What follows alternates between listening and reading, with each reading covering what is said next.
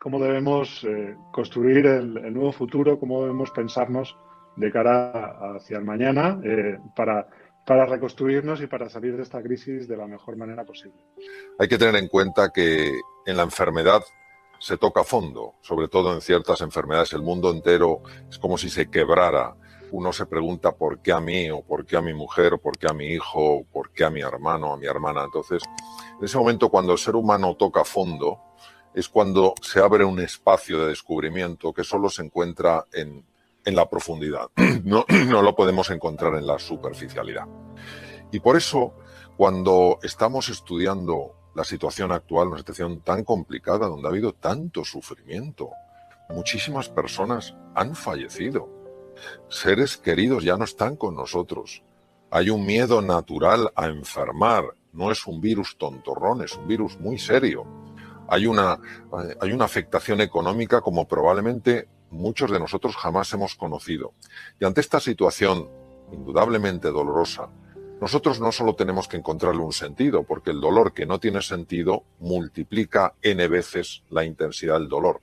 No solo tenemos que encontrarle un sentido, sino que además hemos de encontrar una forma de atravesar ese dolor para salir reforzados, para salir fortalecidos.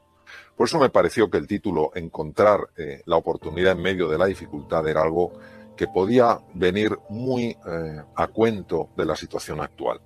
Porque si solo estamos pensando en fallecimientos, en enfermedad, en cataclismo económico, y no ponemos en el otro lado de la balanza algo que de alguna manera equilibre esta situación, os podéis imaginar el nivel de hundimiento psicológico, emocional, que todos como sociedad vamos a experimentar.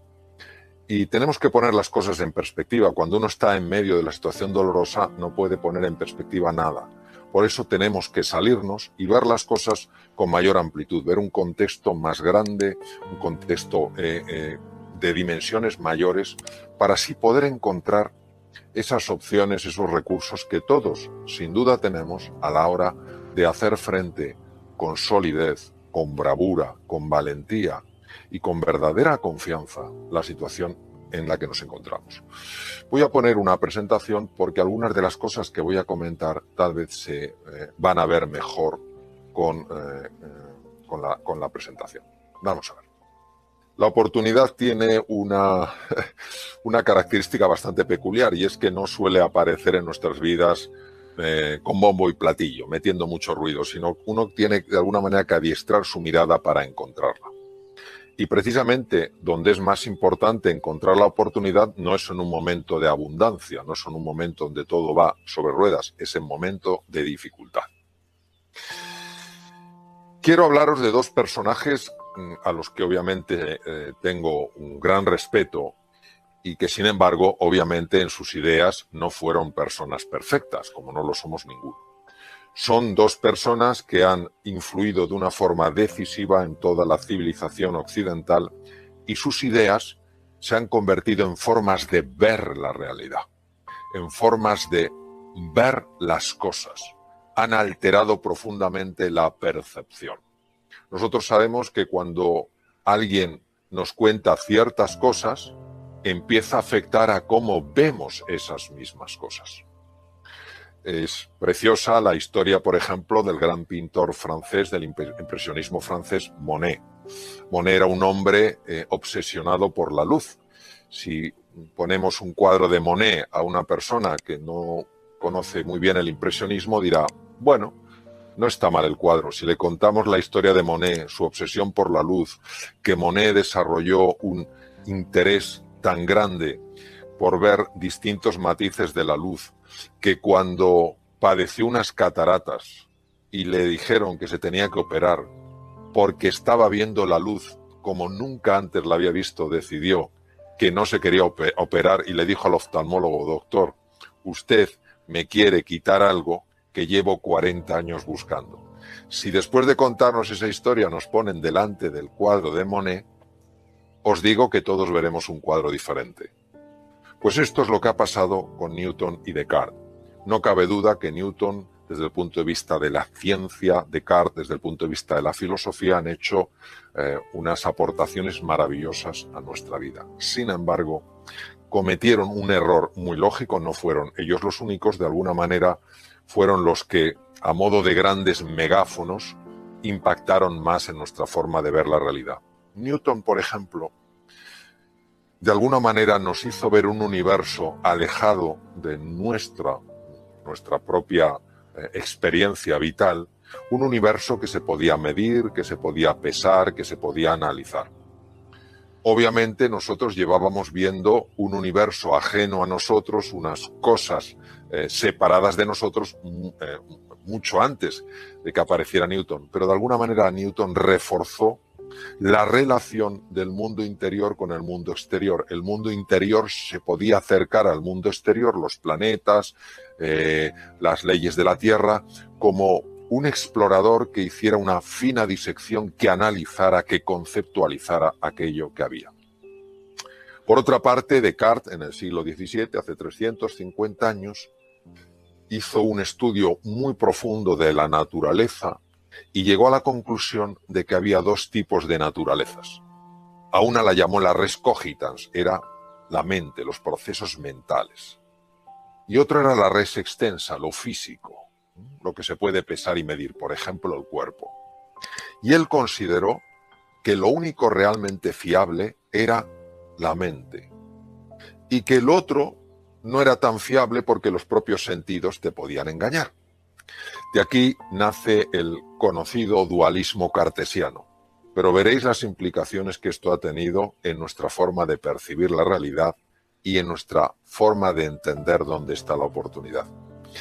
Descartes pensó que los procesos mentales no podían afectar a los procesos físicos sencillamente porque no había conexión entre ellos. La res cogitans, lo mental, y la res extensa, lo medible, lo pesable, eso no estaban conectados. Con lo cual, nosotros éramos puros observadores pasivos de una realidad que podíamos, siguiendo a Newton, analizar, describir, categorizar y explicar. Esto tiene unas implicaciones de tal profundidad que si nos paramos a pensar y conseguimos que haga clic esto en dimensiones hondas de nuestra existencia, se produce un antes y un después. Resumiendo lo que hemos visto hasta ahora, Newton y Descartes, como muchos otros científicos y filósofos anteriores, nos hacen percibir que el mundo exterior está fuera, el mundo interior es el que está dentro de mí, no están conectados, y lo que yo puedo hacer en relación al mundo exterior es sencillamente entenderlo, manipularlo, analizarlo, categorizarlo y explicarlo. ¿Qué es lo que ocurre? Pues que esto lleva al ser humano a una situación apasionante. Una situación apasionante cuando el mundo que ha conocido, el mundo exterior que ha conocido, cambia bruscamente. Ya no es el mundo de antes. Si os dais cuenta, antes podíamos pasear donde nos diera la gana.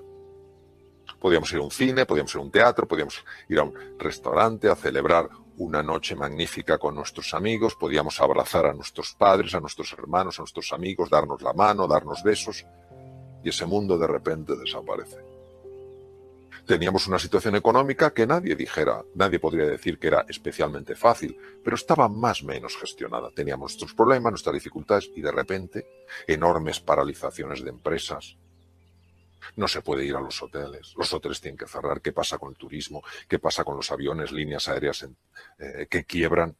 Entonces, este mundo de repente adquiere todo aquello que a nosotros los seres humanos nos disgusta. Incertidumbre, ambigüedad, volatilidad, complejidad. Me siento inseguro. Y entonces tiendo a aferrarme a lo que sé hacer, a mantener mi estatus como sea, a seguir fiel a mi grupo, porque lo que quiero es sentirme seguro. Ahora, aquí es donde nos tenemos que parar un instante, queridos. ¿Por qué me siento seguro en mi zona de confort? ¿Y por qué me siento inseguro ante ese otro mundo exterior a mí que ha cambiado? Precisamente porque me veo ajeno a él.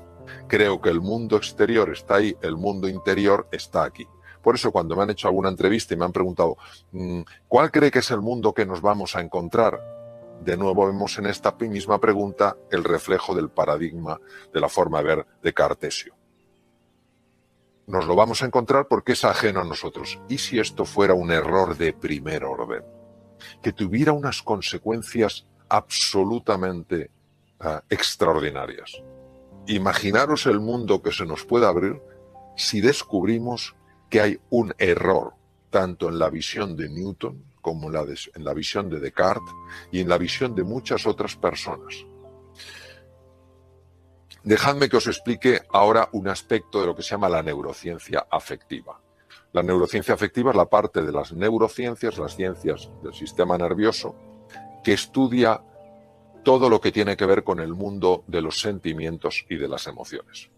En el centro de la imagen veis un punto rojo. Ese punto rojo es la amígdala. La amígdala, hay dos amígdalas, las que tenemos obviamente en la garganta y las que tenemos en el cerebro, que no tienen por supuesto nada que ver. Me refiero naturalmente a las que tenemos en el cerebro. En ese núcleo que veis ahí, tan pequeñito, tiene el tamaño de una almendra aproximadamente, está ni más ni menos que el núcleo central del miedo. Es nuestro detector de miedo. ¿Qué quiere decir? Que si yo este mundo que está envuelto en una pandemia, solo lo percibo como ajeno a mí, a ver qué más desgracias me trae. Si solo veo un mundo incierto, hostil, volátil, ambiguo, y yo me veo a mí mismo como una víctima que tiene que ver cómo sale adelante ante esta tormenta que está sacudiendo a la humanidad entera, os voy a decir lo que pasa. Lo que pasa es que se activa ese núcleo central del miedo en la amígdala y se desactiva lo que veis ahora en color rojo. Ni más ni menos que la parte del cerebro que es absolutamente imprescindible para adaptarse. Es un momento para recordar la frase genial de Charles Darwin: no es la especie más fuerte ni la más inteligente la que sobrevive, sino la que mejor se adapta. ¿Cómo nos vamos a adaptar, queridos, si la parte del cerebro, la parte...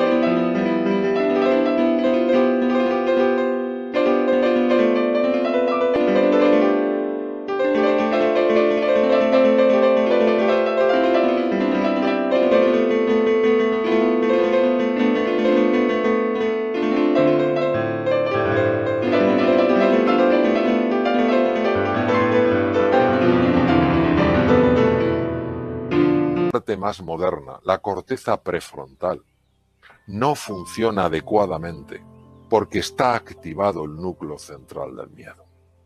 Ni podremos negociar, ni podremos ser creativos, ni podremos innovar, ni podremos emprender, ni podremos cooperar, ni podremos descubrir la oportunidad en medio de la dificultad, porque si hay una estructura en el cerebro clave precisamente para que eso suceda, es esa región, las áreas prefrontales del cerebro.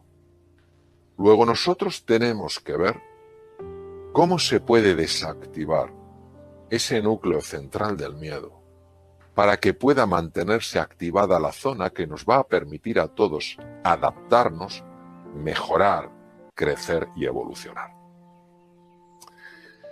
Como lógicamente soy médico, he ejercido la cirugía 26 años, aunque desde hace unos largos años ya no estoy en el ejercicio clínico, sino en la investigación y en escribir y transmitir estos conceptos, sí me importa mucho deciros que cuando se enciende el núcleo central del miedo en la amígdala, no solo se desactiva la parte anterior del cerebro, que es precisamente, como hemos comentado, la que nos ayuda a adaptarnos, es que además tiene profundos efectos a nivel del cuerpo.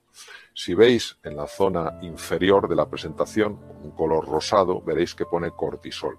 El cortisol es una sustancia, es una hormona producida por las glándulas suprarrenales y que se utiliza mucho en medicina en situaciones muy importantes. De hecho, ha sido muy utilizado cuando en la situación actual con el COVID-19 se producía una reacción excesiva del sistema inmune y un cuadro inflamatorio. Se utiliza también en los trasplantes, etc. Pero cuando el cortisol es liberado por procesos mentales que están interpretando un territorio incierto como un territorio hostil sin siquiera haberlo conocido, solo por unos fragmentos de información, por importantes que sean, el cortisol empieza a liberarse de una forma anómala en la sangre, no gestionada por un profesional, sino anómalamente en la sangre. Y esto no solo afecta a los órganos que veis debajo, tubo digestivo, hígado, sistema cardiovascular, corazón, pulmones, sino a esa célula que veis a la derecha, que es una de las células más sensibles al cortisol. Es el linfocito asesino. Imaginaros lo brutal que tiene que ser en su ataque para que a este linfocito, que es parte de nuestro ejército, le llamen asesino. A mí me recuerda en la guerra de las Malvinas, cuando decían que los británicos iban a mandar a las Malvinas a los Gurkhas. No sé si acordáis de aquello. Los Gurkhas tienen una fama de ser gente que se escabullía, se metía sin que les pudieran ver, usaban cuchillos, degollaban a la gente, no sé si recordáis aquello. Pues de alguna manera siempre ha habido dentro de los ejércitos tropas especiales, tropas muy entrenadas para entrar en las líneas del enemigo, pues nuestra tropa especial, o al menos una de ellas, es ese linfocito, el linfocito asesino NK Natural Killer, asesino natural. Bien, este es un linfocito especializado en el ataque sobre todo a dos tipos de agentes nocivos, las células cancerígenas, número 1, y los virus. Acordaros que el COVID-19 es un virus. Los virus y las células llenas de virus para que no revienten y llenen de virus el torrente sanguíneo. Pues bien, la liberación excesiva de cortisol anómala generada por la mente es capaz de bloquear, al menos parcialmente, el funcionamiento de los linfocitos asesinos. Fijaos qué curioso como en un momento determinado donde tenemos que tener un sistema inmune lo mejor modulado posible y unas capacidades cognitivas lo más hábiles, precisamente para que nos podamos adaptar, fijaros qué curioso cómo cuando uno está contemplando el mundo exterior ajeno, hostil, sucede todo lo contrario, cae nuestro sistema inmune, su modulación empeora y las capacidades para adaptarse también bajan. Por eso nosotros tenemos que cambiar esta pregunta. ¿El mundo que nos vamos a encontrar? No. El mundo que juntos podemos crear. Y aquí es donde vamos a dar el salto cuántico. Nunca mejor dicho. Porque tenemos que traer a primera línea como protagonistas de esta escena a dos de los físicos cuánticos más notables que han existido. Por supuesto, ha habido otros como Niels Bohr, el danés, que ganó el premio Nobel en 1922, el premio Nobel de Física, justo el año posterior al que lo ganó Albert Einstein, David Bohm, que conoció a Einstein, trabajaron juntos, quiero decir, en el mismo lugar en Princeton, en la Universidad de Princeton, Estados Unidos, y son estos físicos, Bohm, Einstein, Niels Bohr, etcétera, etcétera, los que nos han descubierto dónde estaba nuestro gran error. Y el gran error está en lo siguiente. El mundo exterior y el mundo interior solo están separados en apariencia. En apariencia, como decía Niels Bohr, hay una verdad, es verdad. La física newtoniana, claro que es verdad en el mundo de las formas, en el mundo de las apariencias. Claro que en el mundo de las apariencias lo que decía Descartes parece que es verdad, que la mente va por un lado y el cuerpo va por otro. Sin embargo, los físicos cuánticos, Niels Bohr, Einstein, Bohm, nos introducen en un plano profundo de la realidad. Es como si solo conociéramos la superficie del mar, Y Newton y Descartes nos hubieran hablado de superficie del mar, que tiene cosas apasionantes, y está la tierra firme, y nos la hubieran descrito, diríamos, qué maravilla, qué continentes.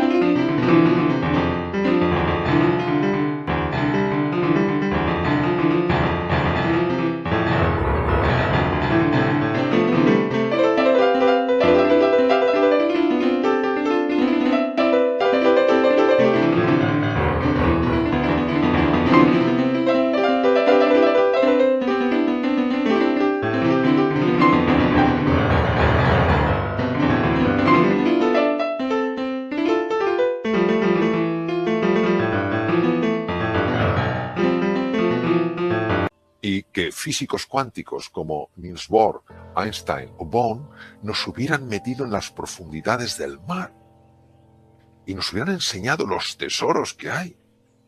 Las cosas tan extraordinarias, por ejemplo, solo deciros que gran parte de las sustancias que se utilizan para destruir el cáncer se obtienen de esponjas marinas, no de cosas que están en la superficie. Por tanto, la física cuántica jamás ha estado en contra de la física newtoniana. Lo que ha hecho es complementarla, lo mismo que el fondo del mar no está en oposición a la superficie del mar o a la tierra firme.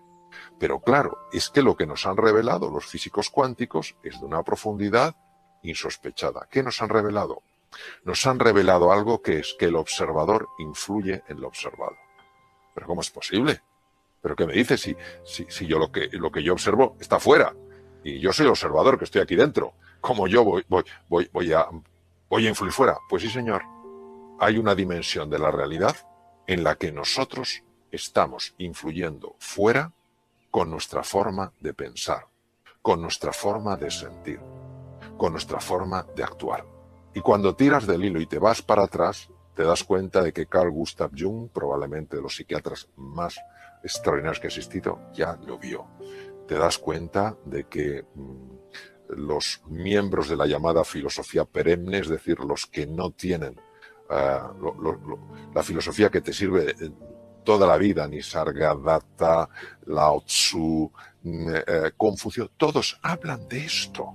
Pero ha tenido que ser la física la que nos abra los ojos y diga, ojo, porque lo que está sucediendo dentro de ti va a tener un impacto fuera de ti, porque el observador y el observado están mucho más conectados de lo que te imaginas.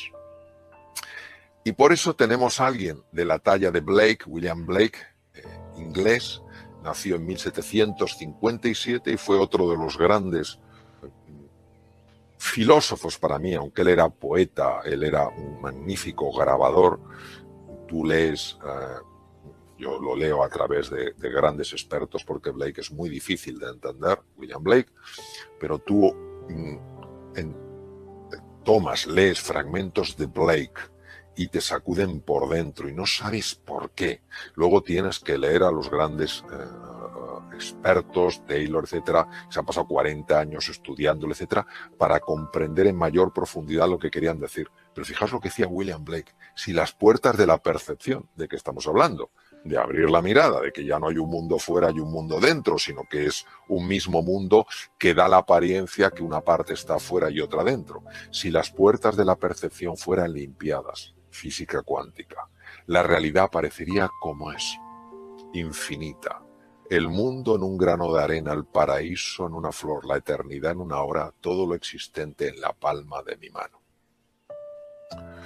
Pero es que hubo un científico por el que yo siento absoluta pasión. Voy por cada sitio que voy en el mundo, me muevo en el mundo, hablo con don Santiago con pasión. No solo porque a mí me ha influido mucho, aunque no le he conocido, porque él murió en 1934, nació en 1855 y murió en 1934, pero es un hombre que esto ya lo intuyó. Es el neurocientífico que mejor ha conocido el cerebro. O sea, tener en cuenta que él gana el Premio Nobel de Medicina en 1906, que era eso imposible para un español, imposible, pues lo ganó porque él hacía posible lo imposible. Y este hombre, en un mundo totalmente cartesiano, totalmente científico, totalmente rígido, siguiendo los principios absolutos de Newton, los principios absolutos de Descartes, este hombre dijo algo que creo que muchos neurocientíficos no han entendido. Todo ser humano puede ser, si se lo propone, escultor de su propio cerebro. Pero vamos a ver, si Descartes decía que el pensamiento, que es lo que yo me propongo, el compromiso, lo que yo creo, no tiene relación con el cuerpo. El cerebro es cuerpo, es físico, se puede pesar, se puede medir, se puede analizar, se puede diseccionar. Y sin embargo, este hombre los une. Y dice que todo ser humano puede ser, si se lo propone, escultor de su propio cerebro. Pero este hombre, ¿cómo lo pudo saber si no había tecnología? Hoy en día sí la hay.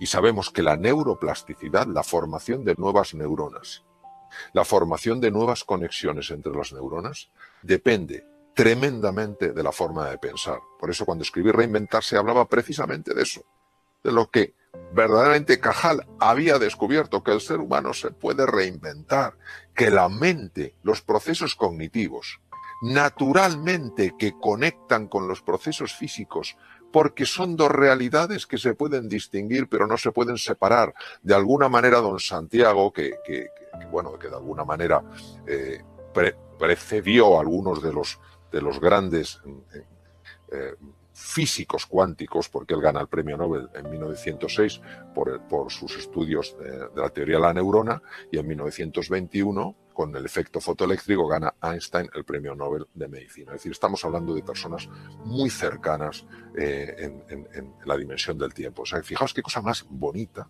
que uno sepa que su forma de pensar, que su forma de sentir puede hacerle más inteligente, más capaz, pero es que además que puede hacerle influir en las circunstancias que genera en la vida, en lo que se encuentra. Y por eso tengo 3 palabras para ofreceros, para vuestra consideración.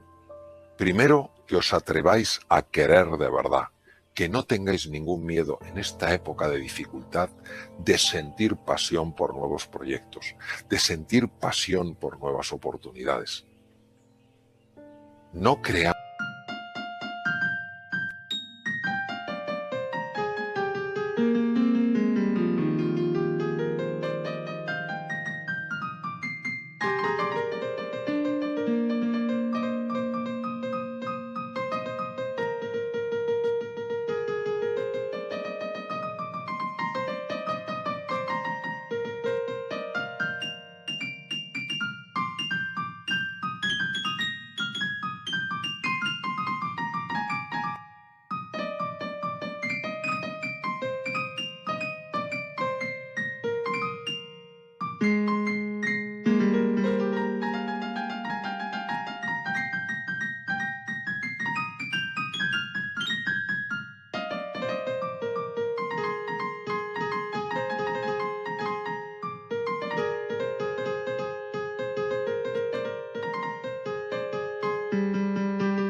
que la vida quiere que vayamos con la cabeza baja.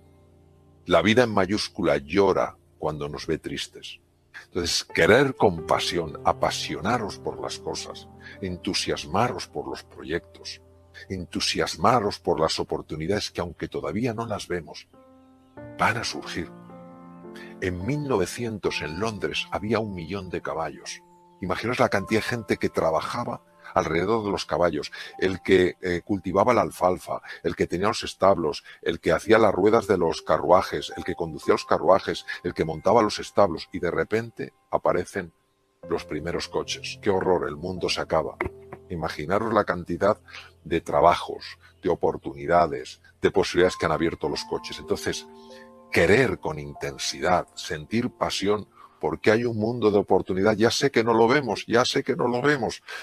Comentaba al principio de esta sesión que la oportunidad disfruta yendo absolutamente disfrazada, que no se la vea. Segundo, una vez que os hayáis apasionado, empezar a imaginar eso cómo se puede hacer realidad. Uno de los errores que cometemos, desde mi punto de vista siempre, en cuanto a la imaginación, es confundir la imaginación con la fantasía. La fantasía es un acto donde 2 elementos desconectados, inconexos, yo los uno. Por ejemplo, si pienso en un unicornio, pues cojo un caballo, pienso un animal que tenga un cuerno, como pues un rinoceronte, los uno y tengo un unicornio. Eso es una fantasía. Es fantasía. La imaginación es una capacidad creativa en el ser humano. Cuando tú quieres de verdad algo y empiezas a imaginarlo, empiezas a crearlo. Por eso uno acaba creando lo que imagina, porque como el observador se afecta al observado, lo que tú imaginas que está animado con el fuego de la pasión busca su expresión natural en el mundo exterior, generando circunstancias favorables para tu avance, para tu progreso. Porque el mundo interior y el mundo exterior, de nuevo, recordémoslo, son parte de la misma realidad. Podemos distinguirlo, pero no podemos separarlo. Lo que sucede dentro de mí también afecta a lo que me pasa a mí. Entonces, y para abreviar, haciendo un resumen, evitemos, queridos, tomar la posición de una víctima. Ya sé que esta situación es dura. Hablo con conocimiento de causa. Esta situación es muy dura. No le quitamos dureza. Ahora, esta situación no es más dura ni más fuerte que lo que somos nosotros sacando nuestra mejor versión y ayudándonos unos a otros. Enfoquémonos en conseguir lo que queremos, no evitar lo que no queremos. Si estamos hablando de pasión, si estamos hablando de entusiasmo, uno no se entusiasma por evitar lo que no quiere, uno se entusiasma por conseguir lo que realmente quiere. Recordemos siempre que la imaginación tiene en sí la capacidad de crear, no solo de describir, sino de crear, de materializar. Utilicemos un lenguaje que nos ayude, no que nos anule. El lenguaje es nuestro pensamiento. Nuestro pensamiento es lingüístico. Si no tuviéramos lenguaje no podríamos pensar. No se puede pensar sin lenguaje. No es posible. Son lo mismo. Y decía el gran filósofo austriaco Wittgenstein, los límites de mi lenguaje son los límites de mi mundo. Si usamos palabras constantemente como problema, hecatombe, desastre, tristeza, lamentación, horror, nuestro mundo se va a hacer muy pequeñito. Si reconocemos que eso existe y ponemos el énfasis en la oportunidad, en el desafío, en la cooperación, en la generosidad, en la pasión y el entusiasmo, nuestro mundo se va a expandir. Y sencillamente esto no se trata de vender nada. Esto se trata de compartir algo que cuando uno de alguna manera, aunque sea humildemente, lo engancha, te abre un mundo de posibilidad. Pues que nos abramos a la posibilidad de que lo extraordinario pueda manifestarse en nuestra vida, en tu vida. Napoleon Hill no es un hombre muy conocido en España, es un hombre muy conocido en Estados Unidos, ya falleció hace muchos años. Y siempre me impactó mucho esta frase que le corresponde a él y por eso hay que poner su nombre al lado de la frase.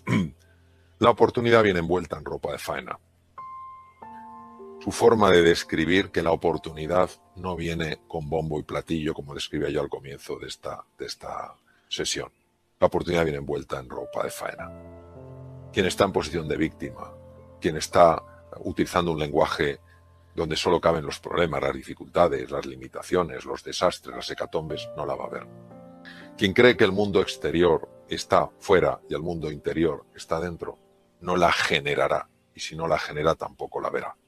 Napoleon Hill pasó 25 años de su vida, un encargo que le hizo una persona muy reconocida en los Estados Unidos, pasó 25 años de su vida estudiando la vida de la gente que había podido salir adelante en situaciones muy complicadas.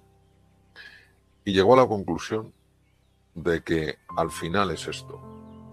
Si tú te entusiasmas, si tú imaginas, si tú cada vez que te caes al suelo, en lugar de quedarte mirando el suelo, empiezas a mirar al horizonte, empiezan a manifestarse, a aparecer oportunidades en tu vida. Entonces eso es lo que yo quiero dejaros como final de esta sesión, que busquéis la oportunidad, que esa oportunidad está, que uséis los recursos extraordinarios que tenéis para decir sí a la vida, para decir sí a este nuevo mundo que nos encontramos. Cuidaros mucho y un abrazo muy fuerte.